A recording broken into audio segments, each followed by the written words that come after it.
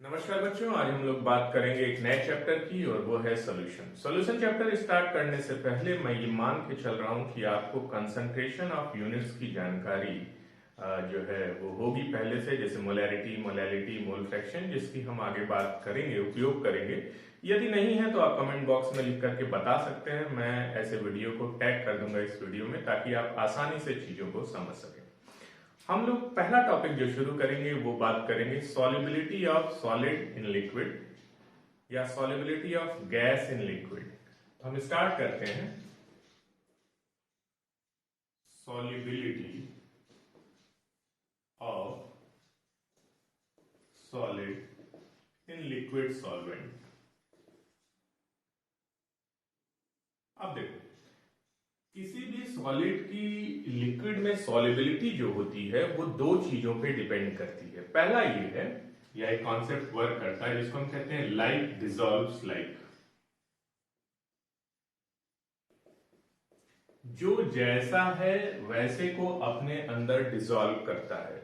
अगर ionic compound है तो वो पोलर सॉल्वेंट में डिसॉल्व होगा, क्योंकि जैसे ही कोई आयनिक कंपाउंड, जैसे NaCl है, तो NaCl का लैटिस आप पानी में डालोगे या किसी पोलर सॉल्वेंट में डालोगे तो उस लैटिस में का जो कटायन या एनायन होगा वो उस पोलर सॉल्वेंट के पॉजिटिव या निगेटिव, अगर वो पॉजिटिव आयन किनारे पे है तो वो उसके निगेटिव आयन से इंटरेक्ट करेगा, और अगर निगेटिव है तो वो उसके पॉजिटिव आयन यानी सॉल्वेंट के पॉजिटिव आयन से इंटरेक्ट करेगा, और इंटरेक्शन में वो उसको सेपरेट कर देंगे दोनों आयनों को, और ये आयनिक कंपाउंड उस पोलर सॉल्वेंट में डिसॉल्व हो सकता है। ये जरूरी नहीं कि सारे आयनिक कंपाउंड पोलर सॉल्वेंट में डिसॉल्व हो ही, लेकिन जो आयनिक कंपाउंड होते हैं वो ज्यादातर पोलर सॉल्वेंट में डिसॉल्व होते हैं, और इसको हम कहते हैं लाइक डिसॉल्व्स लाइक, क्योंकि वो जो पोलर सॉल्वेंट है वही आयनिक कंपाउंड के साथ इंटरेक्ट कर पाएगा। अगर ये नॉन पोलर सॉल्वेंट है तो इस कटायन और एनायन के साथ कोई इंटरेक्शन शो नहीं करेगा और उनके बॉन्ड को ब्रेक नहीं कर पाएगा। और आप इसको डिटेल में पढ़ेंगे कि हाइड्रेशन एंथैल्पी जब लैटिस एंथैल्पी से ज्यादा होती है तभी कोई आयनिक कंपाउंड किसी पोलर सॉल्वेंट में डिसॉल्व होगा। अगर इसका उल्टा होता है तो आयनिक कंपाउंड पोलर सॉल्वेंट में डिसॉल्व नहीं होगा। दूसरा, जो नॉन पोलर सॉल्वेंट होते हैं वो कोवेलेंट कंपाउंड या ऑर्गेनिक कंपाउंड को अपने अंदर डिसॉल्व करते हैं, क्योंकि वो जो ऑर्गेनिक कंपाउंड है उससे नॉन पोलर सॉल्वेंट या ऑर्गेनिक सॉल्वेंट अपना इंटरेक्शन शो करते हैं। तो this is called like dissolves like. दूसरा, जो सॉल्युबिलिटी सॉलिड की है वो डिपेंड करती है टेम्परेचर पे। अब टेम्परेचर पे कैसे डिपेंड करती है? जब कोई सॉलिड, टेम्परेचर के भी दो पार्ट है, जब कोई सॉलिड किसी लिक्विड में डिसॉल्व होता है और सॉल्यूशन बनाता है तो ये एक रिवर्सिबल प्रोसेस है। ये प्रोसेस एंडोथर्मिक भी हो सकता है, ये प्रोसेस एक्सोथर्मिक भी हो सकता है। यानी इसके दो पार्ट हैं कि अगर कोई सॉलिड लिक्विड में डिसॉल्व हुआ और सॉल्यूशन बनाया और उसका डिसोल्यूशन एक्सोथर्मिक है, जैसा कि पहले वाले केस में दिख रहा है कि ये एक्सोथर्मिक है, डिसोल्यूशन जो है वो एक्सोथर्मिक है, जैसे सोडियम कार्बोनेट मोनोहाइड्रेट या लिथियम कार्बोनेट। तो अगर ये एक्सोथर्मिक होगा तो ली-चैटलियर प्रिंसिपल ये कहता है कि टेम्परेचर बढ़ाने पर इसका डिसोल्यूशन कम हो जाएगा, यानी ये सॉल्यूशन से टूट करके वापस सॉलिड और लिक्विड में टूट जाएगा। यानी अगर डिसोल्यूशन एक सॉलिड का किसी लिक्विड में एक्सोथर्मिक है तो टेम्परेचर इंक्रीज करने पर सॉल्युबिलिटी डिक्रीज करती है। लेकिन अगर वो एंडोथर्मिक है, जैसा कि NaCl, KCl, इन सब के केस में होता है कि डिसोल्यूशन, सॉलिड का लिक्विड में घुलना एक एंडोथर्मिक प्रोसेस है। ऐसे केस में ली-चैटलियर प्रिंसिपल आप अप्लाई करेंगे तो टेम्परेचर बढ़ाने पर सॉल्युबिलिटी जो होगी वो भी बढ़ जाएगी। तो नॉर्मली जो हम सॉल्यूशन बनाते हैं, जैसे नमक को घोलते हैं पानी में, तो अगर सेचुरेटेड सॉल्यूशन बन गया तो टेम्परेचर बढ़ाने पे थोड़ा सा और नमक उसमें घुल सकता है, लेकिन जहां पर एक्सोथर्मिक प्रोसेस होगा वहां पर इसका उल्टा भी हो सकता है। सो ये था solubility of a solid in a liquid. अब हम बात करेंगे solubility of a gas in a liquid.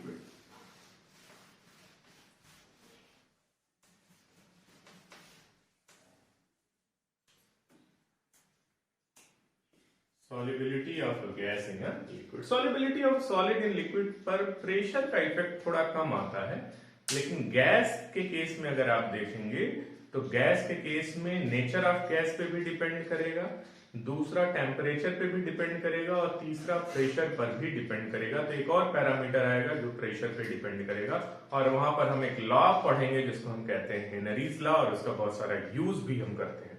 तो जरा शुरू करते हैं solubility of a gas in a liquid. तो पहला nature of gas. Nature of gas, कुछ गैसें ऐसी होती हैं जैसे अगर सॉल्वेंट से ज्यादा इंटरेक्शन शो करती हैं तो वो सॉल्वेंट में ज्यादा आसानी से सॉल्युबल होंगी। कुछ गैसें ऐसी होती हैं जो सॉल्वेंट से कम इंटरेक्शन शो करेंगी तो वो कम आसानी से डिसॉल्व होंगी। तो ये गैस का नेचर पे डिपेंड करेगा कि वो सॉल्वेंट से कैसे इंटरेक्ट करता है, साथ साथ में सॉल्वेंट के नेचर पे भी डिपेंड करेगा, पोलर है नॉन पोलर है। दूसरा, जो गैसें सॉल्वेंट के साथ रिएक्शन कर लेती हैं वो गैसें बड़ी आसानी से सॉल्वेंट में सॉल्युबल हो जाती हैं। जैसे अमोनिया जो है वो पानी में बहुत हाईली सॉल्युबल है, ठीक है। तो गैस के नेचर पे डिपेंड करेगा और सॉल्वेंट पे भी डिपेंड करेगा जिस सॉल्वेंट में वो घुल रही है। दूसरा, टेम्परेचर की बात करें। टेम्परेचर का इफेक्ट में फिर हम देखेंगे लीच-एटलियर प्रिंसिपल। अगर कोई गैस किसी लिक्विड में घुल रही है तो ये डिसोल्यूशन जो है, सॉल्यूशन बन रहा है, तो ये डिसोल्यूशन हमेशा एक्सोथर्मिक प्रोसेस है, यानी हीट रिलीज होती है हमेशा। और जब ये एक्सोथर्मिक प्रोसेस होगा, यानी dissolution of a gas in a liquid is always exothermic, और जब ये एक्सोथर्मिक प्रोसेस होगा तो टेम्परेचर आप बढ़ाओगे तो गैस का जो सॉलिबिलिटी है वो घट जाएगा, solubility will decrease. Le Chatelier principle class 11th में आप पढ़े होंगे फाउंडेशन बैच में कि लीच-एटलियर प्रिंसिपल ये कहता है कि जो इफेक्ट आप डाल रहे हो इक्विलिब्रियम पे, वो इक्विलिब्रियम उस इफेक्ट को नगलिफाई करने की कोशिश करता है। तो अगर आप हीट बढ़ाओगे तो ये हीट को यूज करके बैकवर्ड डायरेक्शन में रिएक्शन को शिफ्ट कर देगा और जो गैस घुल गई है सॉल्यूशन में वो बाहर निकल जाएगी। उसके बाद तीसरा इफेक्ट, यानी यहां पर सिर्फ एक्सोथर्मिक है, यहां एंडोथर्मिक इफेक्ट नहीं आता, तो गैस का डिसोल्यूशन हमेशा टेम्परेचर बढ़ाने पे घट जाएगा। तीसरा जो इफेक्ट आता है वो आता है प्रेशर का इफेक्ट। टेम्परेचर के बाद तीसरा इफेक्ट है solubility of gas in a liquid में प्रेशर का इफेक्ट।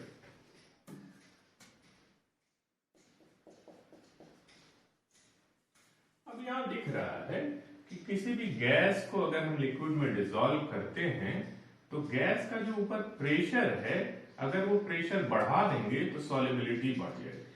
सिंपल, किसी भी गैस का डिसोल्यूशन यानी सॉलिबिलिटी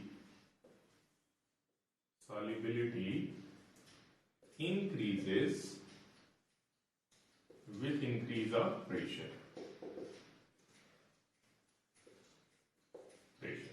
यानी यहां पे अगर बहुत सारी गैसें हैं तो किसी गैस ए का पार्शियल प्रेशर ऊपर जितना ज्यादा होगा, गैस की सॉलिबिलिटी यहां पर उतनी ज्यादा होगी। इस चीज को हेनरी ने स्टडी किया और उन्होंने एक लॉ दिया जिसको हम कहते हैं हेनरीज लॉ।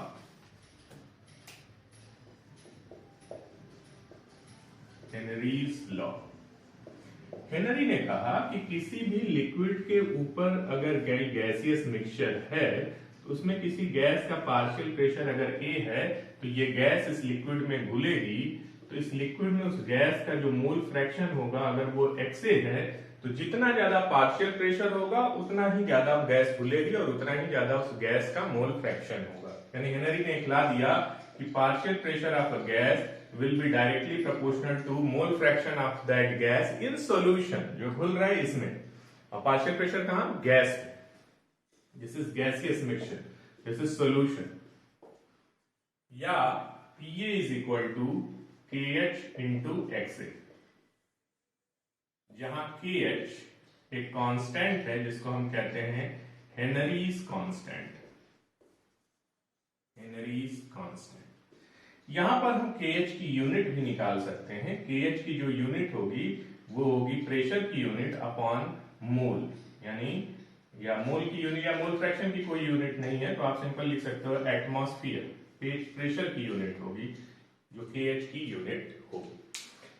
सिंपल निकाल सकते हैं बिकॉज इसकी कोई यूनिट नहीं है। अब KH की वैल्यू अगर देखें तो KH की वैल्यू जो है वो तीन चीजों पर डिपेंड करती है। एक नेचर ऑफ गैस, KH जो है किस पे डिपेंड करता है? Nature of gas. दूसरा जो KH डिपेंड करता है वो है टेम्परेचर पे।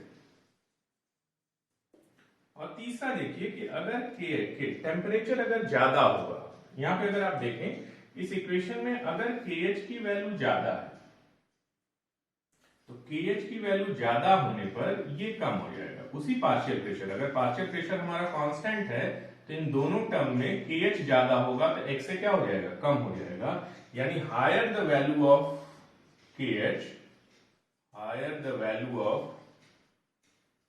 KH, Henry's constant, lower will be the solubility. Lower is the solubility. Is the solubility. अब आप देखिए कि टेम्परेचर बढ़ा देने पर, टेम्परेचर अगर हम इंक्रीज करें तो KH की वैल्यू बढ़ जाएगी क्योंकि सॉल्युबिलिटी घट जाएगी। सॉल्युबिलिटी घट जाएगी। टेम्परेचर बढ़ाने पर सॉल्युबिलिटी घट जाती है यानी KH की वैल्यू बढ़ जाएगी। तो ये हेनरीज लॉ है जो किसी गैस के किसी लिक्विड में घुलने पर अप्लाई होता है। अब हेनरीज लॉ का कुछ यूज है हमारे पास, तो हम बात करेंगे आगे use of Henry's law.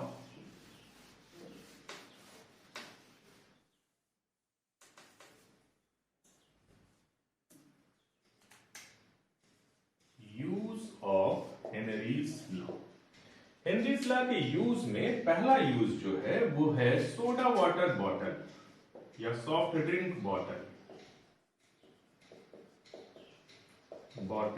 Filling. देखिए जो हम कोल्ड ड्रिंक्स वगैरह पीते हैं उसमें CO2 गैस डिसॉल्व होती है। उस बॉटल में CO2 गैस डिसॉल्व होती है किसी लिक्विड में। तो जब इस सॉफ्ट वाटर बॉटल को फिल किया जाता है तो प्रेशर हाई रखा जाता है। हाई प्रेशर के चैम्बर में इसको फिल किया जाता है और फिर ढक्कन लगा दिया जाता है। तो जब हाई प्रेशर होगा तो CO2 मैक्सिमम इसमें घुल जाएगी क्योंकि प्रेशर बढ़ने पे गैस की सॉल्युबिलिटी बढ़ेगी तो ज्यादा से ज्यादा CO2 गैस इसमें डिसॉल्व रहती है। और जब हम इस ढक्कन को खोलते हैं, अभी जब ढक्कन जब तक बंद है तो यहाँ प्रेशर हाई है, हाई प्रेशर है, और बाहर का प्रेशर क्या है? लो है। जैसे ही ढक्कन को आप ओपन करेंगे तो गैस हाई प्रेशर से लो प्रेशर की तरफ बाहर निकलेगी। इसीलिए जब हम ढक्कन खोलते हैं तो कुछ गैस बाहर निकलती है और CO2 की सॉल्युबिलिटी इस लिक्विड में कम होगी तो और डिसॉल्व्ड CO2 भी बाहर निकलेगी। अगर आप शेक कर देंगे तो टेम्परेचर भी मॉलिक्यूल की काइनेटिक एनर्जी बढ़ जाएगी तो और भी CO2 तेजी से बाहर निकलेगी। दूसरा जो यूज है हेनरीज लॉ का, वो दूसरा यूज है कि जब हम ऑक्सीजन का transport, O2 transport in lungs में ऑक्सीजन का पार्शियल प्रेशर ज्यादा होता है तो वहां पर O2 आसानी से ब्लड में डिसॉल्व हो जाती है और जब यही O2 ट्रांसपोर्ट होकर टिश्यूज में जाती है तो टिश्यूज के अंदर पार्शियल प्रेशर कम होता है तो आसानी से हीमोग्लोबिन से वो निकल करके सेल के अंदर चली जाती है। तीसरा जो प्रॉपर्टी है या हेनरीज लॉ का यूज है वो है स्कूबा डाइवर के। स्कूबा डाइवर्स के केस में क्या होता है कि जो समुद्र में गोताखोर जाते हैं वो समुद्र में काफी नीचे तक जाते हैं। तो अगर हम देखें कि समुद्र सी लेवल जो है वो नॉर्मल ये सरफेस है, सरफेस से काफी नीचे तक सी लेवल में अगर कोई गोताखोर जा रहा है तो अपने साथ एक सिलेंडर लेके जाता है जिसमें गैसें भरी रहती हैं। नॉर्मली गोताखोर जब नीचे जाएगा तो यहाँ पे पार्शियल प्रेशर 1 एटमॉस्फेयर है। जब वो नीचे गया HDG के बराबर प्रेशर बढ़ता चला जाएगा। यहाँ पे वाटर का कॉलम है तो यहाँ पे प्रेशर मान लो 10 एटमॉस्फेयर हो गया, 20 एटमॉस्फेयर हो गया, प्रेशर यहाँ बढ़ेगा। तो नॉर्मली जब पहले ऑक्सीजन सिलेंडर ले जाता था तो जो यहाँ पे हाइड्रोजन और ऑक्सीजन और नाइट्रोजन का कंपोजिशन, हाइड्रोजन नहीं नाइट्रोजन और ऑक्सीजन का जो कंपोजिशन एटमॉस्फेयर में है वही गैस उसी कंपोजिशन में सिलेंडर में गैस भर के नीचे भेज दी जाती है। तो जब वो गोताखोर नीचे जाएगा तो नीचे जाने पर यहां पर तो नाइट्रोजन का प्रेशर कम है, ऑक्सीजन का भी प्रेशर कम है। ऑक्सीजन जो डिजॉल्व हुई ब्लड में वो यूज हो गई। नाइट्रोजन जो डिजॉल्व हुई वो थोड़ी बहुत कम मात्रा में, लो प्रेशर पे बहुत कम मात्रा में डिजॉल्व है। लेकिन जब वो हाई प्रेशर पे नीचे जाता है तो यहां पर ऑक्सीजन के साथ साथ नाइट्रोजन की भी सॉल्युबिलिटी बढ़ जाती है और नाइट्रोजन भी ब्लड में घुल जाता है। ऑक्सीजन भी घुल जाता है और नाइट्रोजन भी। ऑक्सीजन तो यूज हो गया लेकिन घुली हुई नाइट्रोजन ब्लड में डिजॉल्व रहती है। जब ये गोताखोर स्कूबा डाइवर ऊपर आता है तो अब नाइट्रोजन की सॉल्युबिलिटी घट गई क्योंकि प्रेशर घट गया, सॉल्युबिलिटी घट गई। तो अब नाइट्रोजन जो ब्लड में डिजॉल्व है वो बाहर निकलेगी, बाहर घुलेगी नहीं, तो वहां बबल्स बना लेगी और वेन्स के अंदर बबल्स बन जाते हैं जिसके कारण दर्द होने लगता है जिसको हम कहते हैं बेंड। मसल्स में पेन आने लगता है जिसको हम कहते हैं बेंड। तो ऐसे केस में इस स्कूबा डाइवर को बाहर निकाल के एक चैम्बर में रखा जाता है जहां प्रेशर धीरे धीरे कम किया जाता है ताकि आसानी से जो धीरे धीरे गैस डिजॉल्व हो, बबल फॉर्मेशन ना हो। और इसका दूसरा एक उपाय ये बनाया गया कि इस नाइट्रोजन की कंपोजिशन को कम कर दिया जाए या इस मिक्सचर में हीलियम गैस डाल दिया जाता है। हीलियम डाल देने से क्या होता है कि सॉल्युबिलिटी जो होती है हीलियम की वो हाई प्रेशर पे भी कम है तो बेंड के चांसेस कम हो जाते हैं। चौथा जो इसका यूज है वो है जो हिल स्टेशन पे लोग रहते हैं। हिल स्टेशन पे जो लोग रहते हैं वहां पे या अगर कोई जाता है पर्वतारोही तो वहां पर जो ऑक्सीजन का प्रेशर है वो ऑक्सीजन का प्रेशर कम होता है। तो ऑक्सीजन का प्रेशर कम होगा तो ब्रेन को या बॉडी को ऑक्सीजन कम मिलेगी क्योंकि लंग में ही प्रेशर कम है तो ब्लड में भी ऑक्सीजन कम डिजॉल्व होगी और जिससे जो हिल एरिया पे लोग रहते हैं उनके सोचने की क्षमता थोड़ी कम हो जाती है। या आप अगर जाएंगे हिल एरिया में तो आपके सोचने की क्षमता कम हो जाएगी और इसको कहेंगे एनॉक्सिया। तो एनॉक्सिया एक डिसीज है जो हिल स्टेशन पे रहने पे कारण होती है। जैसे ही आप नॉर्मल ग्राउंड लेवल पर आएंगे तो ये एनॉक्सिया क्या हो जाएगा, क्योर हो जाएगा। तो ये सारे यूजेस हैं किसके, हेनरीज लॉ के। हेनरीज लॉ कहता है कि हाई प्रेशर होगा तो गैस ज्यादा लिक्विड में डिसॉल्व होगी, कम प्रेशर होगा तो गैस कम लिक्विड में डिसॉल्व होगी। अब जरा एक पॉइंट नोट करते हैं कि हेनरीज लॉ में जो KH की यूनिट है, हेनरीज कांस्टेंट की जो यूनिट है वो यूनिट है एटमॉस्फेयर। लेकिन एक दो ऐसे प्रश्न दिए गए हैं जिसमें हेनरीज लॉ में हेनरीज कांस्टेंट की जो यूनिट है अगर वो एटमॉस्फेयर इनवर्स लिख देता है इसका मतलब वो इस रूल को फॉलो कर रहा है कि mole fraction is directly proportional to partial pressure. या कभी कभी हम ये भी मोल फ्रैक्शन की जगह मास भी लिख सकते हैं, mass is proportional to partial pressure. वहां पे जो कांस्टेंट की वैल्यू होगी वो बदल जाएगी, ठीक है, और कांस्टेंट की यूनिट भी बदल जाएगी। तो अगर कांस्टेंट की यूनिट अगर आप देख लें तो अगर वो यूनिट एटमॉस्फेयर में दी हुई है तो सिंपल आप फार्मूला यूज करिए PA is equal to KH into XA, the ideal Henry's law. लेकिन अगर उस KH की वैल्यू एटमॉस्फेयर इनवर्स में दी है तब हम ये फार्मूला यूज करेंगे। That is not actually KH, that is KH dash मान लीजिए आप। तो KH dash is equal to 1/KH। या कभी कभी हम ये फार्मूला भी यूज कर सकते हैं, अगर मास दिया हो तो mass is equal to K into PA। वहां पे K की यूनिट आपको बदल जाएगी तो आपको पता चल जाएगा कि क्वेश्चन में अगर मास दिया है तो उससे भी हम निकाल सकते हैं। अगर K की वैल्यू की यूनिट देख लें तो आपको पता चल जाएगा। तो इस पे हम न्यूमेरिकल बाद में बात करेंगे। कोई दिक्कत हो तो कमेंट बॉक्स में कमेंट करिए। Thank you very much.